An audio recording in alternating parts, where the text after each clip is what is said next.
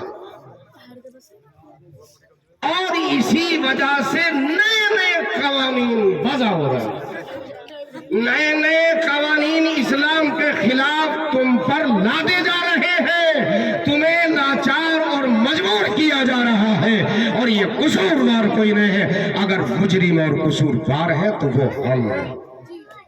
یہ حالات ہم نے پیدا کیے، کسی نے نہیں کیا، یہ حالات ہم نے خود بنائے ہیں، پیدا کیے ہیں، اپنی بیویوں کا ہم نے بے گھر کر دیا ہے، اور ہماری بیویاں اور بچیاں بے پردہ گھروں سے باہر پھر رہی ہیں، پھر چیخیں مار رہے ہیں، اتنی لڑکیاں فرار ہو، اتنی لڑکیاں مرتد ہو گئی، زندگی مذہب چھوڑ دیا، شور مچایا جا رہا ہے، ویلا کیا جا رہا ہے، ہنگامے ہو رہے ہیں، اتنی لڑکیاں مرتد ہو گئی، زندگی چھوڑ دیا۔ یہ نوبت اسی لیے تو آئی ہے کہ ہم نے پردہ چھوڑا اور ہم نے لحاظ نہیں رکھا اور اللہ کے حکم کو پسے پشت ڈال دیا، اور معاف کیجیے گا ایک لفظ اور کہنا چاہتا ہوں، ہم نے اللہ کے حکم کو پیروں سے رونگا ہے، اس لیے مصیبت ہے۔ کیا سمجھا ہم نے؟ مذاق سمجھا، کھلواڑ بنا لیا ہے دین کو، جو جی چاہے کرتے ہیں اور جینا چاہے نہیں کرتے ہیں، چاہے پوری دنیا کے عالم آ کر سمجھا دے، ماننی نہیں۔ کیوں بھائی؟ رمضان آئے گا، شب قدر بھی آتی ہے رمضان میں، آخری عشرے، شب برات پر تو دھنا دھن جاگتے ہیں اور خوب غول کے غول بنا کر آتے ہیں، لیکن شب قدر بیچارے سب بھول گئے، جس میں قرآن کریم نازل ہو، وہ یاد نہیں رہتا۔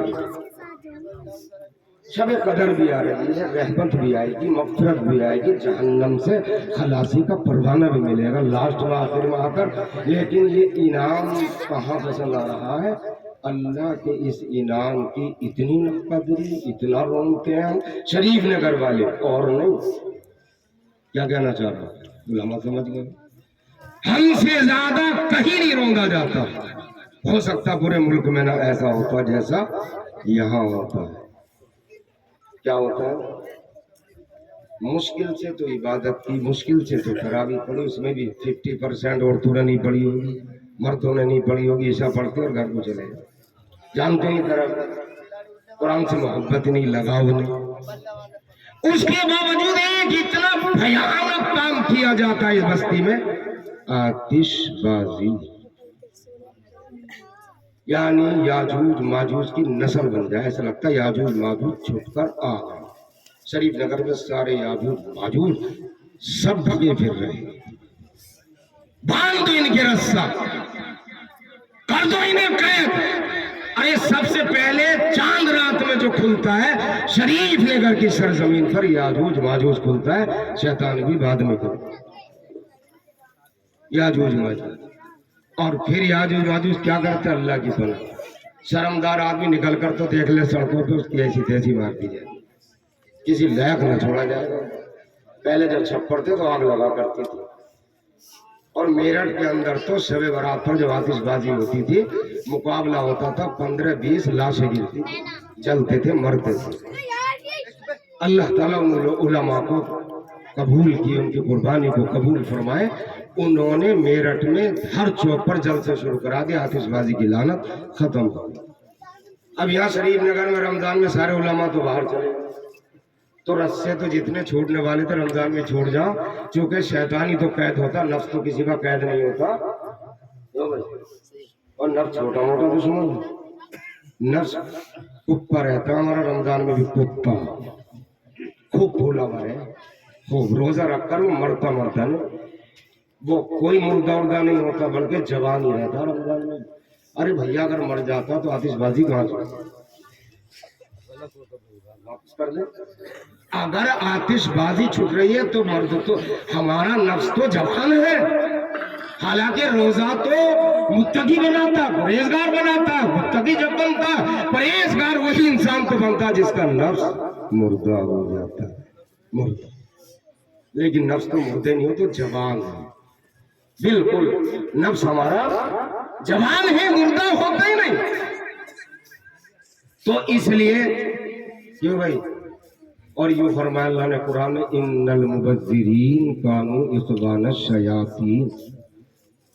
فضول خرچی کرنے والے شیطان کے بھائی جتنے بھی یاجوج ماجوج کی نسل پہ ہیں وہ سب شیطان کے بھائی ہیں اور وہ بہنیں ہیں جو عورتیں چھوڑ دیں.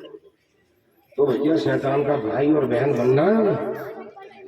اب بتاؤ اس کے لیے کون کون تیار ہے طاقت کے ساتھ کہ ہم آتش بازی نہ کریں گے نہ ہونے دیں گے. بتاؤ کون کون پہلی تشکیل جو ہاتھی نہ اٹھا انہیں پتا ہاتھ یہ تو گرفت ہو جائے گی بہت خطرناک ہے کہ ہمیں تو کرنا ہے کام اب تو اور کرنے کا اس سال اور کرنے کا کیونکہ نفس کو جوان ہی رکھنا ہے. بالکل جذبے کے ساتھ اٹھائیے کہ انشاءاللہ یہ لعنت اس بستی سے ہفتے رخصت ہو. سب اٹھائیے ہاتھ اٹھا کر وعدہ کیجیے اللہ آپ خوب اس کی جزا عطا فرمائے. اور یہ عمل اللہ کو پسند آ گیا. ایک اللہ کے ولی کے سامنے آپ نے وعدہ کیا عہد کیا ممکن اللہ کو ادا آپ کی پسند آ جائے اور آپ کو بھی اللہ اپنا ولی بنا اپنا دوست بنا.